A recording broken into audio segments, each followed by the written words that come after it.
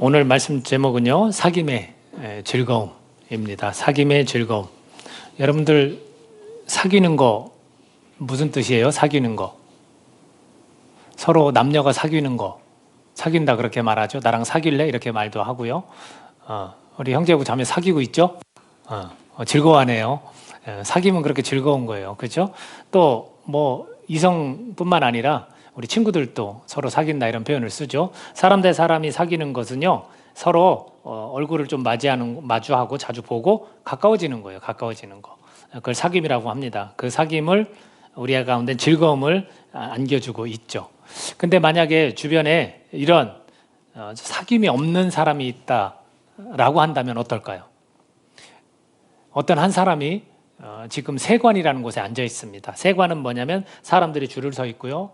또 그 세관에서 세를 내는 거를 체크를 합니다. 그럼 다 기록을 하죠. 당신 세를 잘 냈습니다 하고 표시를 하고 다음 사람 하면 또 내서 세를 내죠. 근데 왜 이 세를 걷는 사람을 왜 이 당시에는 죄인이라고 그렇게 했을까요? 왜 죄인 취급을 했을까요? 오늘 등장하는 그 사람은 레위라는 사람, 예수님이 불러서 제자를 삼은 마태로 우리가 알고 있거든요. 그래서 이 마태라는 사람, 레위라는 사람 세관에 앉아 있습니다. 근데 그를 왜 주변 사람들은 죄인 취급을 했을까? 아마 이 사람은 열심히 앉아서 일을 하고 있을 거예요. 그죠? 그리고 제가 생각할 때 숫자 계산이 빠른 사람이에요. 숫자 계산이 느린 사람이 세관에 앉아서 이 돈 계산을 할 수가 없거든요. 그래서 세금을 징수하는 그 일을 하고 있습니다. 그를 세리다 이렇게 표현을 합니다. 그런데 이 사람에 대해 많은 사람들이 오해를 하고 있어요. 로마의 지배를 받고 있고요. 그 로마의 지배 가운데 로마에게 일정 양의 세금을 내야 돼요. 그 세금을 걷어서 체크를 하는 게 세리예요. 근데 이 도급제라고 해서 일정 양의 세금을 정해주고 본인이 그 세금을 조금 더 올려서 받을 수도 있었어요. 그러면 세리라는 사람은 부자가 될 수 있는 그런 위치예요. 왜? 숫자 놀이를 해서 자기가 부유하게 될 수 있거든요. 그렇기 때문에 로마인의 하수인이다 이런 표현도 썼습니다. 그래서 유대인들이 가깝게 지내지 않았어요. 그리고 손가락질을 할 수밖에 없죠. 여러분 매국노라고 들어봤어요? 뭐 나라를 판다 이런 표현을 쓰는 사람들, 그런 사람들하고 여러분 가까이 지냅니까? 가까이 안 지내죠. 마찬가지죠. 이 세리 레위라는 마태라는 사람에게도 역시 그런 편견을 가지고 사람들이 바라봤던 것 같습니다. 사람들은 오만과 편견이 있어요. 그죠? 겉모습만 보고도 저 사람 저럴 것이다. 그 사람이 숫자를 가지고 장난을 쳐서 부유하게 됐는지 안 됐는지를 어떻게 압니까? 정당하게 내가 일을 하고 이 월급을 받았는지 그건 모릅니다. 그러나 저 세관에 앉아있다는 이유만으로 그 사람을 바라보고 편견을 가지고 그 사람을 나쁜 사람으로 이렇게 내몰 수 있다라는 거죠. 가족들은 어땠을까요? 유대인이지만 가족들도 분명히 유대인이었을 거예요. 레위라는 이름을 봐도 대충 알 수 있잖아요. 근데 그 가족들은 그렇다면 이 아들을 어떻게 생각했을까? 아마 어쩌면 아버지, 조금은 엄격한 아버지는 인연을 끊고 살라고 했을지도 모릅니다. 그러니까 어떤 면에서는 철저히 외톨이처럼 지금 홀로 앉아서 돈을 버는 일에 집중하고 일만 열심히 하는 사람이에요. 그 사람이 누구예요? 레위라는 사람이에요. 근데 그 사람을 누가 주목해서 봤냐면 예수님께서 주목해서 봤어요. 그리고 예수님께서 나를 따르라 이렇게 부르는 겁니다. 사실은 이 마태라는 레위라는 사람은 변절자라고도 이야기를 했고 반역자라고도 이야기를 했어요. 그리고 결정적으로 왜 죄인이란 취급을 했냐면 유대인들이 이들이 이교도들과도 왕래를 했기 때문에 그래요. 왜냐하면 이교도들도 세금을 내야 되잖아요. 그러면 이 세금을 체크하고 이교도들과도 대화도 하고 이렇게 되잖아요. 그러면 그 당시에 이교도들과 가까이 지내면 무조건 죄다, 부정하다 해서 죄인이라 이렇게 말했던 겁니다.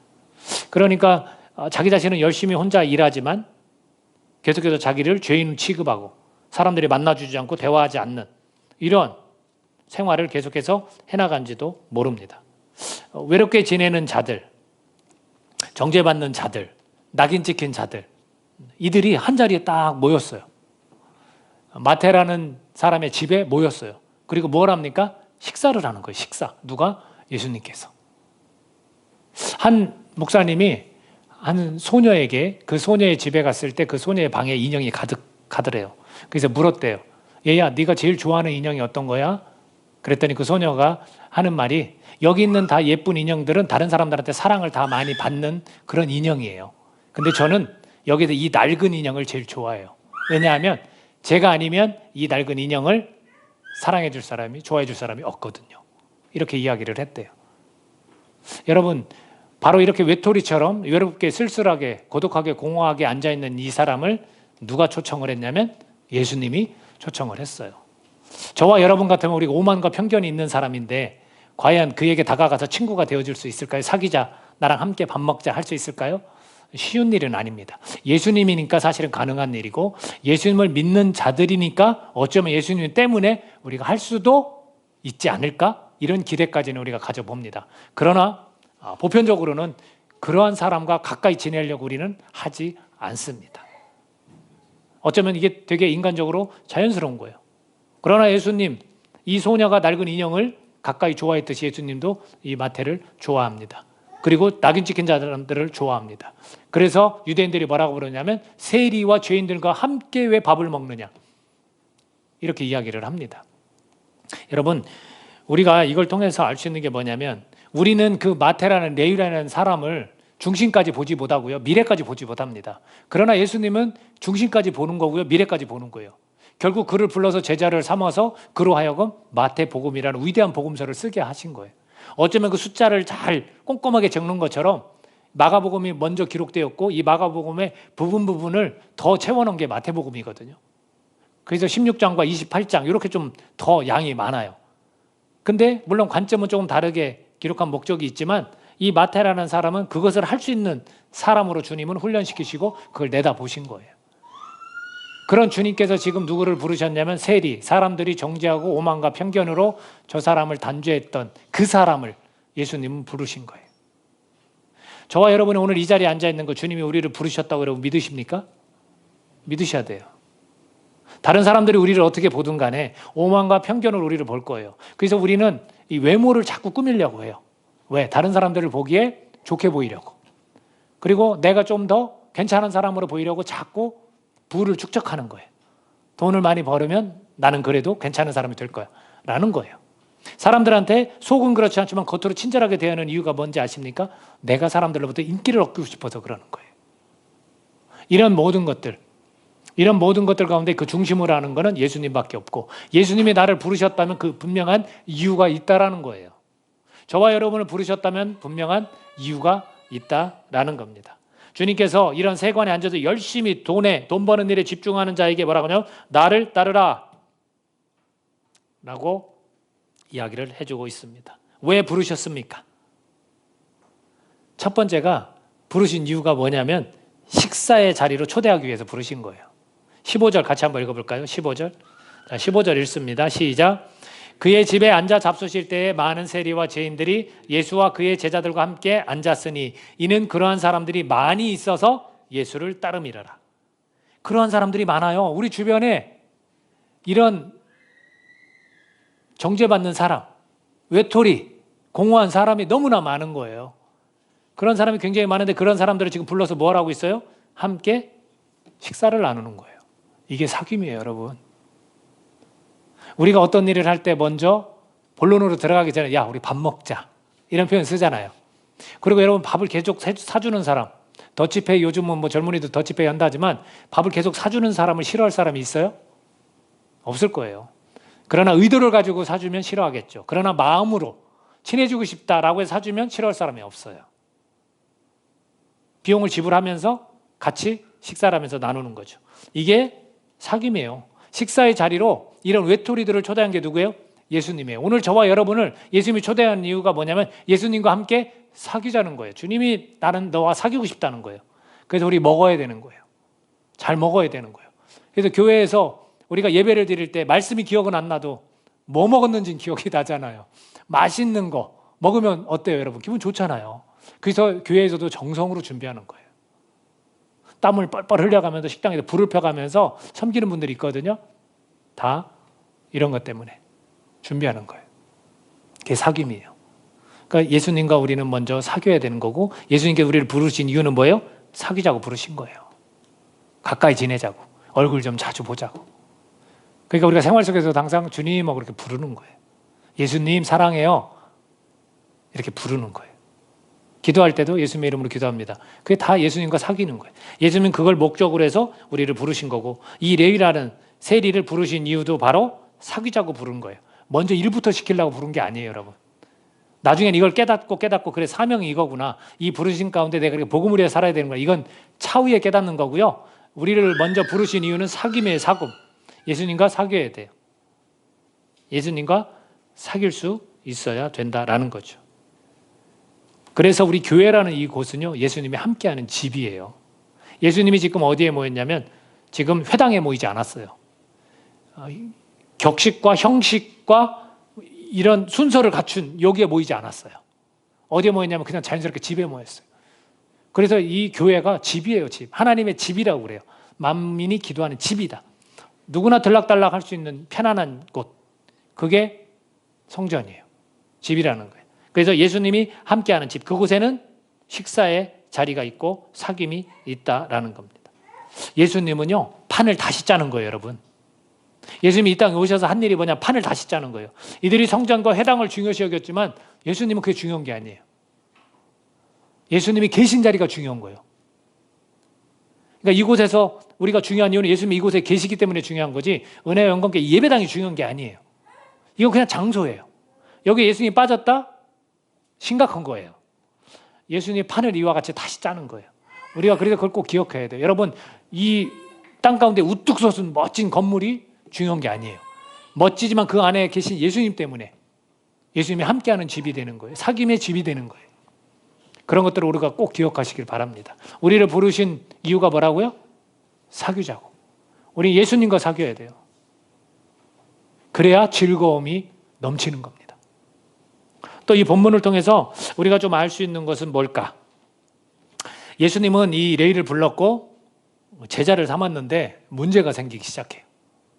따랐어요. 분명히 나를 따르라 했더니 네 하고 갔어요. 근데 문제가 생겨요. 여러분, 제자는 예수님을 따를 때요, 의심받는 자리에 앉게 됩니다. 의심을 받아요.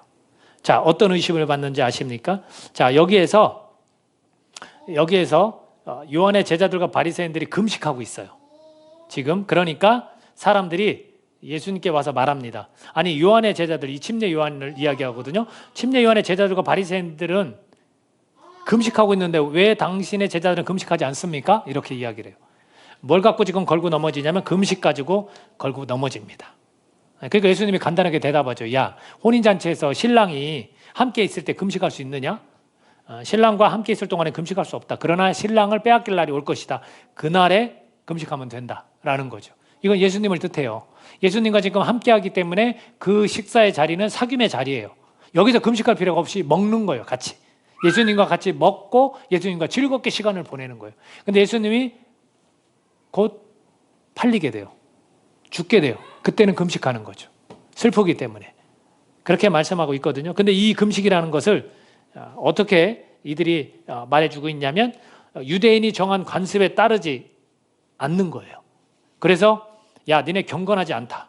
침례 요한의 제자들과 바리새인의 제자들은 정기적으로 금식하는데 그게 경건이다. 근데 니네는 경건하지 않다. 니네 영성을 의심받고 있는 거예요. 니네 영성이 제대로 된 영성이 아니야 라는 거예요. 그래서 우리가 예수님을 믿고 제자가 된다는 것은요, 이런 의심을 받는 자리에 앉게 되는 거예요. 사람들이 우리를 바라볼 때 내가 예수님은 따른다고 할 때 사람들은 세상의 기준을 가지고 우리를 평가해요. 우리를 의심한다고요. 너 어떻게 그렇게 사는 거야? 라고 할 수 있다는 거예요. 왜? 세상의 기준으로 보니까. 마찬가지인 거예요. 유대인의 정한 관습에 따르면요, 지금 이 제자들은 경건하지 않은 거예요. 영성이 없는 자들이에요. 우리가 이걸 각오하고 가는 게 제자예요. 예수님을 따를 때 이런 의심을 받는 자리에 우리가 앉게 되는 거예요. 또 하나 있습니다. 여러분, 저항에 부딪히는 거예요. 저항에 부딪히는 거예요. 16절 말씀 한번 같이 읽어볼까요? 16절. 자, 시작. 바리새인의 서기관들이 예수께서 죄인 및 세리들과 함께 잡수시는 것을 보고 그의 제자들에게 이르되 어찌하여 세리 및 죄인들과 함께 먹는가? 질문을 받습니다. 자, 제자들이 지금 같이 먹고 있어요. 예수님은 이때 당시에도 다 훈련이고 교육이 있는 것 같아요. 세리라는 마태를 불러서 마태 집에서 먹는데 다른 제자들도 먼저 네 제자를 불렀었잖아요. 베드로, 야고보, 요한, 그리고 안드레 이렇게 불렀잖아요. 그러니까 제자들이 지금 같이 먹으니까 질문이 들어온 거예요. 뭐라고 질문 왔습니까? 왜 죄인과 세리들 왜 같이 식사를 하지? 지금 이 나머지 제자들도 이걸 알고 있어요. 왜 그렇게 한 적이 없거든요. 본인들도. 그러니까 이 질문을 받습니다. 어떤 질문을 받습니까? 다수가 말하는 것에 대답하기가 어려운 질문을 받습니다.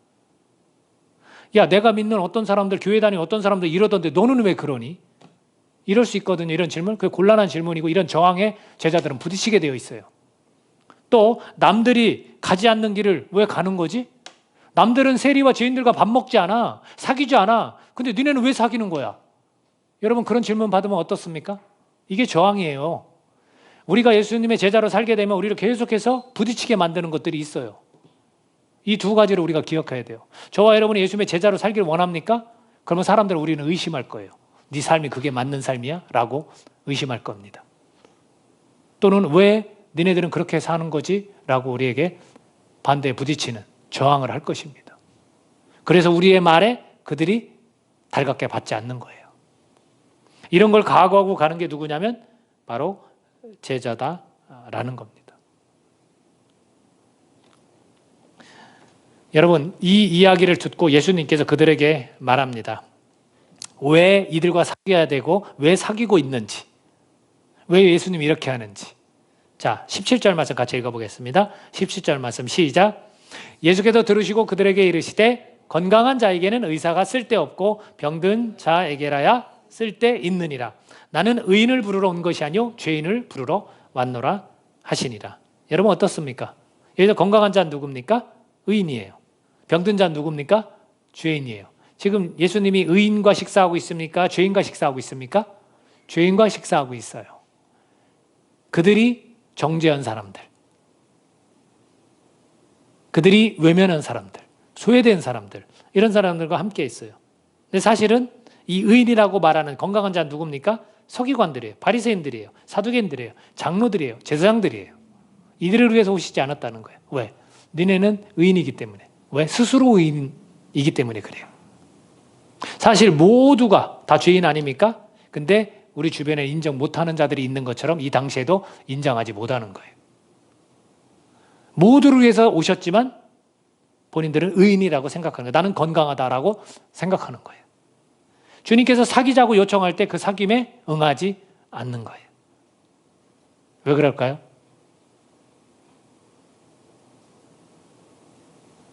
여러분, 예수님의 사귐이 마음에 들지 않는 거예요.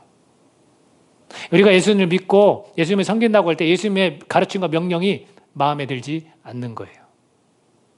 우리도 그래서 스스로 죄인이 아닌 의인이라고 착각할 때도 있고요. 우리가 믿음 생활을 지금 하고 있을 때 조심해야 될 게 뭐냐면 자기의 의예요. 나도 모르게 내 의가 살아나는 거예요, 여러분. 계속해서 우리는 죄인입니다. 이걸 자각해야 돼요. 이 본성을 우리는 깨뜨릴 수 없어요. 근데 나는 괜찮다라고. 자기 일을 어떤 방식으로든 드러내려고 하는 그런 일들이 생길 수 있다는 거예요. 그렇기 때문에 이들도 예수님의 방식이, 판을 다시 짜는 이 방식이 마음에 들지 않는 것이고, 소외되고 외롭고 저 부정한 사람들과 같이 밥 먹는 게 마음에 들지 않는 겁니다. 우리도 예수님께서 뭘 원하고 예수님께서 이것을 말씀하실 때 그것이 마음에 들지 않으면 우리는 따르지 않습니다. 순종하지 않습니다. 똑같지 않습니까? 우리도 스스로 건강한 자로 지금 여기고 있는 겁니다. 우리가 이 부분을 좀 조심해야 될 필요가 있습니다. 그래서 그들은 이런 질문을 할 수밖에 없었던 겁니다. 왜 세리와 죄인들과 밥 먹느냐? 왜 사귀느냐? 라는 거죠. 여러분, 예수님과 사귀면 예수님이 원했던 것이 부르심이 그거였고, 예수님과 사귀면 자연스럽게 예수님이 원하는 그 사람들과 우리도 사귐을 가져야 되는 겁니다. 여러분, 예수님과 사귀고 나서는 어떤 사귐이 있냐면 제자들끼리의 사귐이 있는 것이고, 그 제자들끼리의 사귐이 있으면 즐거운 거예요. 그러니까 지금 제자들, 나머지 지금 부른 제자들을 예수님께서는 훈련을 시키고 있는 거예요. 내가 이래서 왔다. 판을 다시 짜기 위해서 왔는데 이런 사귐이 필요하다라는 거. 내가 너네들과 함께 사귀면 너네들은 즐거울 거야. 굉장히 기쁠 거야. 근데 너네들이 해야 될 일이냐면 너네끼리도 사귐이 있어야 돼. 그럴 때 즐거움을 느낄 거야. 라는 것을 지금 알려주고 계십니다. 끝으로 한번 생각해 볼 것은 금식을 말했는데 금식을 갖고 트집을 잡았는데 주님께서는 이 금식에 관한 이야기를 혼인집을 예를 들어서 말씀을 하시고 나서 끝에 가서 조금 이상한 이야기를 해요. 상관없는 듯한 이야기를 하는 것 같아요. 21, 22절인데 같이 한번 다시 읽어보겠습니다. 자, 시작. 생배 조각을 낡은 옷에 붙이는 자가 없나니 만일 그렇게 하면 기운 새 것이 낡은 그것을 당기어 헤어짐이 더하게 되느니라. 새 포도주를 낡은 가죽 부대에 넣는 자가 없나니 만일 그렇게 하면 새 포도주가 부대를 터뜨려 포도주와 부대를 버리게 되리라. 오직 새 포도주는 새 부대에 넣느니라 하시니라. 이렇게 되어 있거든요. 쉽게 말해서 제가 이 옷이 있잖아요. 근데 이 옷이 낡은 옷에 이 새 조각을 딱 꿰매요. 그러지 않는다는 거죠. 이게 당겨버린다는 거예요. 그래도 뜯어진다는 거예요. 오히려 새 포도주도 마찬가지로 낡은 가죽 부대에 새 포도주를 넣으면 둘 다 터져버린대요. 그래서 새 포도주는 새 부대에 넣어야 한다. 이런 말씀을 해요. 여러분, 이게 왜 이 금식 얘기를 이들이 꺼냈고 그 금식 얘기에 대해 답변을 하신 다음에 왜 이 얘기를 할까라는 거죠. 자, 이거는 금식에 대한 새로운 접근을 지금 알려주시는 게 뭐냐면 이들이 종교 허세를 가지고 있어요. 이 유대인들이 종교에 대한 허세를 지금 부리고 있는 거예요. 왜? 우리는 금식하니까. 그거 갖고 니네는 왜 안 해? 라고 지금 트집을 잡는 거잖아요. 이게 종교 허세예요. 근데 예수님께서는 뭐라고 하시냐면 이 새 포도주와 새 부대를 통해서 옛 것과 새 것에 대한 것을 말씀해 주고 있는 거예요. 예수님께서 하나님의 약속, 언약대로 그대로 이 땅에 오신 거거든요. 그러니까 이제 새로운 것이 도래를 한 거예요. 새로운 것이 왔어요. 그러니까 옛 것과 새 것, 옛 방식과 새 방식이 양립할 수 없다라는 걸 말씀하시는 거예요. 이제는 유대인들도 기존의 하나님 말씀을 알았고 예언자들의 선언들을 기억하고 있다면 지금 이제는 새로운 것을 받아들여야 되는 거예요. 그걸 말씀하시는 거예요. 근데 이들이 고수하고 있는 건 뭐예요? 이 종교 허세를 계속 부리는 건 뭐예요? 옛 것을 가지고 그러는 거예요. 새 삶의 방식. 이 새 부대라는 것은, 이 새 포도주라는 건 새 삶의 방식을 주님께서 말씀하시는 거예요. 이제는 새로운 영의 세계를 볼 수 있어야 되는 것을 말씀하시는 거예요. 예수님께서 새로운 가르침, 이제는 하나님 나라가 임했다. 예수 그리스도께서 하나님께서 하나님 아들을 이 땅에 보내셨고 이 육신의 몸을 입고 하나님께서 이 땅에 오신 거거든요. 그러니까 그것을 가지고 이제는 새 삶의 방식이 필요하다라고 말씀해주고 있는 거예요. 이 종교의 허세를 가지고 주님께서 다시 이거를 말씀하시는 거죠. 그리고 이 새 부대는 뭐겠습니까? 그럼 이 새 포도주를 담는 새 부대는 뭐겠습니까? 이건 우리의 육체를 말해요. 이 새 포도주를 담는 그릇을 말해요. 이 육체가 옛 사고방식으로 그대로 가면 되겠습니까? 안 되는 거예요. 터져버리는 거예요, 여러분. 우리가 이 육체가 옛 습관, 옛 사고 그대로 가면요. 여기에 새 포도주를, 새로운 것들을, 영의 세계를 하나님 깨닫게 해주신 걸 넣어봤자 터져버리는 거예요. 둘 다 못 쓰는 거예요. 영적인 것도 못 쓰고 내 이 육체도 마찬가지인 겁니다. 그래서 주님께서는 새 포도주는 새 부대에 넣어야 한다. 성경에 뭐라고 하냐면 버리게 된다는 거예요. 그러니까 우리가 영적으로 더 깊어지고 주님을 더 알아가려면 어떻게 돼요? 우리 육체가 이 새 포도주를 담는 새 부대가 우리가 새 삶의 방식을 받아들여야 되는 거예요. 그래서 성경은 옛사람을 벗어버리라고 그랬어요. 그리고 그리스도로 옷 입으라고 그랬어요. 바로 그런 거예요. 이제는 기존에 김윤호가 갖고 있었던 옛날 그 방식 그대로 삶을 살아서는 안 돼요. 여러분이 갖고 있는 옛날 그 사고방식으로 그대로 가면 안 된다는 거예요. 유대인들이 갖고 있는 그 관습과 그 전통을, 유전을 가지고 그대로 가면 안 되는 거예요. 저와 여러분이 이 육체가 주님의 것들을 마음껏 담을 수 있도록 우리가 옛 사고방식을 버리고 새로운 삶의 방식으로 우리가 변화되어야 하는 겁니다. 즉 세속적인 것에서 영적인 것으로 바뀌어야 하는 거예요. 세상의 기준이었다면 이제는 아니죠. 하나님 말씀의 기준으로 사는 거죠. 이렇게 바뀌는 거예요. 그것을 말씀해주고 있는 겁니다. 주님께서 보세요. 우리를 부르셨습니다. 그래서 사귐을 원하십니다. 그 가운데 기쁨을 주시고자 즐거움을 주시고자 주님 우리를 부르셨습니다. 그리고 그 사귐이 점점점 넓혀져서 제자들끼리도 사귑니다. 그 가운데 즐거움이 있습니다. 그리고 또 나아가서 우리가 이 세상에 있는 이웃들과 우리가 사귀게 될 거예요. 그 과정까지 우리가 주님과의 그 사귐 속에서 이 과정까지 우리가 나아가는 것입니다. 그랬을 때 우리는 주님께서 말씀하시고 주님께서 가르치신 것들에 대해서 순종하고 그 가르침을 따라가는 거죠. 그게 새 포도주를 새 부대에 넣는 겁니다. 그러나 금식을 강조하고 그들의 관습을 잡고 가지고 이야기하는 것, 이것은 새 포도주를 낡은 가죽 부대에 넣는 것과 같다라는 거죠. 근데 복음은 받았는데 내가 옛날 사고방식으로 계속 신앙생활을 해? 그러면 터져버리는 거예요, 여러분. 그래서 내가 계속해서 갈급한 거고 계속해서 목마른 거예요. 그 즐거움을 지금 못 느끼는 거예요. 왜? 그리스도로 내가 옷 입지 않았으니까. 주님으로 옷 입고 내가 주님과 사귀면 기쁨이 넘치고 즐거움이 넘치는데 아직 그걸 맛보지 못했으니까. 그리고 그 제자들, 그 즐거움을 함께 맛봐야 될 제자들과 예수님을 믿는 그리스도인들과 함께 이 사귐이 없으니까. 여러분의 세상 가운데 세상 사고방식을 가진 사람들과 사귐을 한다면 이 주님이 말씀하신 진정한 즐거움을 누릴 수 없는 겁니다. 지금 그런 삶을 살고 있는 믿는 자들이 있을 수 있다라는 거예요. 이제는 여러분은 판을 다시 짠 예수님의 이 의도를 여러분이 받아들이시길 바라요. 여러분들도 여러분이 갖고 있는 이 사고방식이나 예전의 습관들을 좀 다 내려놓기를 바라요. 이제는 새롭게 출발하는 거예요. 내 사귐의 즐거움이 주님으로부터 온다라는 거. 예수님과의 그 사귐, 거기에는 즐거움만 있어요. 예수님과 사귀어 보십시오.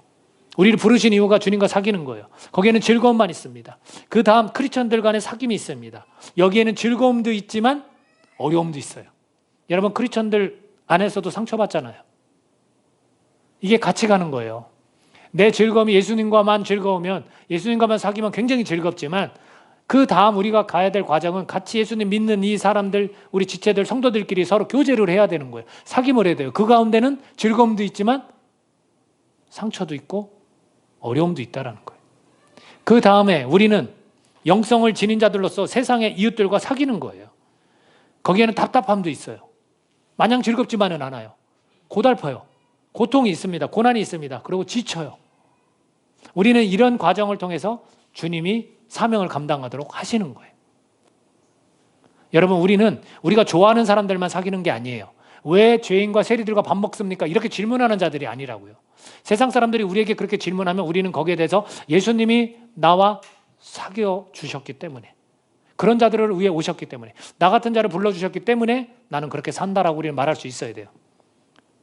그 일들을 감당할 때 우리 가운데는 고난이 있을 거예요. 이와 같이 우리 사귐의 즐거움은 주님께, 정말로 주님이 계셔야만 즐거움과 기쁨이 넘친다는 것을 우리가 잊어서는 안 됩니다. 힘들고 지칠 때마다, 세상 사람들과 사귈 때 힘들고 지칠 때 예수님이 나 안에 넘쳐야만 그것이 고난으로 받아들여지잖아요. 예수님이 뭐라고 말씀하셨냐면 내 멍에는 쉽고 가볍다라고 말씀하셨어요. 왜? 주님이 함께 하실 때 우리 가운데 즐거움이 있기 때문에 그래요. 기쁨이 넘치기 때문에 그래요. 근데 우리가 이것을 받아들이지 않기 때문에, 예수님과 그 즐거움과 그 기쁨이 충만하지 않기 때문에 자꾸 힘들다 하고 어렵다 하고 지친다 하고 이렇게 말하는 겁니다. 제가 말씀드린 것 같이 이런 사귐들이 당연히 답답하고 고난 가운데 놓여 있을 수밖에 없는 그러한 상태라는 거 우리가 꼭 기억해야 됩니다. 그리고 예수님이 빠진 옛 사고방식과 옛날 삶의 모습들로 그대로 주님을 섬기고 있을 때는 당연히 즐거울 수가 없다라는 거예요. 오늘 우리가 그것을 깨달을 수 있기를 간절히 바랍니다. 주님께서 우리를 왜 부르셨습니까? 사귀자고. 그 가운데 기쁨과 즐거움이 넘치도록 우리를 불러주셨습니다. 우리가 이 제자, 예수님을 따르는 제자가 되려면 우리에게는 의심받는 자리 또는 저항에 부딪히는 자리에 우리가 앉게 됩니다. 여러분 그것도 감수하고 가시겠습니까? 우리는 그렇게 가야 되는 사람들이에요. 사람들은 우리가 새 포도주를 새 부대에 담은 걸 사람들은 몰라요. 새 포도주가 우리에게 주어졌지만 그들은 새 부대에 담지 않기 때문에 그래요. 낡은 가죽 부대를 계속 고수하기 때문에 그렇습니다. 우리가 이와 같이 예수님과 사귀고 또 크리스천들과 사귀고 또 이 세상 이웃들과 우리가 사귀어야 되는 사람들인가. 우리가 세속적인 것에서 벗어나서 좀 영적인 것으로 좀 더 채워지는, 예수님으로 더 충만해지는 저와 여러분이 되시기를 예수님의 이름으로 축복합니다. 이 시간 우리 같이 함께 자리에서 일어나셔서 우리 찬양 같이 했으면 해요. 이 찬양을